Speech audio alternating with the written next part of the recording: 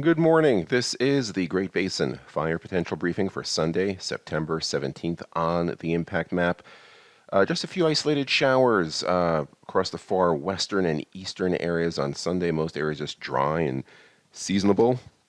Those showers start expanding in coverage on Monday with the approach of a cold front, and then a stronger cold front starts approaching on Tuesday, increasing the winds across parts of the Snake River Plain, also bringing in sharply colder temperatures to the north with lingering showers and thunderstorms just ahead of the front across eastern Utah.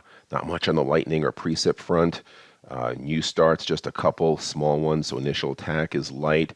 And looking at precipitation the past 7 days, it has been dry across northern and western areas. You see the near 0% of normal in that red area. And those are our main areas of concern where we have some decent carryover fuel. Sagebrush is still near or below 100%. But a bigger picture of what we're looking at is how wet it has been from mid-August through mid-September. And these areas in yellow are 1.5 to 2.5 inches of rainfall. A lot of this was long duration and just about everybody affected. So that is the reason why all of our ERCs are basically benign right now. A bit of drying starting in the far north in the Payette, but they'll get some showers by midweek. Satellite imagery shows high pressure over us, so still seasonable or seasonably warm. But here's that cold front. You can see it through here, and a deep low pressure dropping down out of the Gulf of Alaska. We see that deep low up here. Ahead of it, high pressure. Not much going on, just some isolated showers on both the western and eastern sides.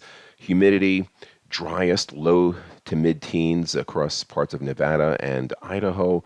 Winds overall, though, fairly light, 0 to 10 miles an hour in most areas.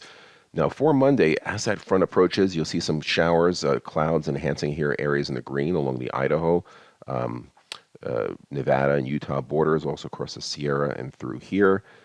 Looking at Monday, the winds are basically still light and variable, just some outflow boundaries, some thunderstorms. The relative humidity starting to come up a little bit. Now, on Tuesday, that front passes through. There's a stronger cold front that will be approaching for the latter part of the week. We'll have some strong winds with this drier push of air across parts of Idaho. So we do have these enhanced winds through here across the central and eastern parts of the Snake River Plain. The humidity somewhere upper teens to mid-20s. We'll have to watch and see how quickly things dry out through there. But otherwise, no concerns elsewhere. Light precipitation in the 3-day period. Now, it's on Wednesday where there's second cold front and a deep low pressure over Oregon starts to get organized. And this is not just a deep system, but a fairly slow-moving one. So we expect to see clouds and showers popping up over Idaho and far northwest Nevada. And then by Thursday, that low just very slowly sags southwards, keeping the clouds and precipitation across much of the western Great Basin in areas that are probably our most critical, or I should say least benign. Northwest Nevada, southwest Idaho, where they could get long duration showers, cool temperatures with that low. You see how much green on the map is starting to pop up on our 7-day, and that low still is sitting there on Friday. And some of the higher peaks above 8,000 feet could see a coating of snow on top of the rain. So definitely for a large portion of Idaho, this proves to be true. This could start to tell the end of the season up in those areas.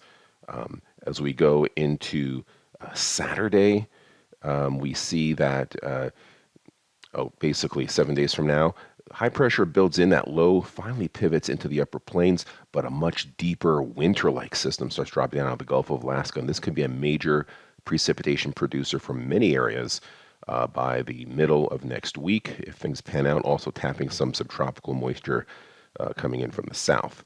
So precip totals, the 7-day totals, you can see a lot of it here in the northern 2/3 of the Great Basin, especially some of our drier western areas. And the 8 to 14-day continues to show cooler than normal temperatures for the entire region and wetter than normal across western and northern areas, drying out a bit in the south. This concludes our briefing. Have a great day.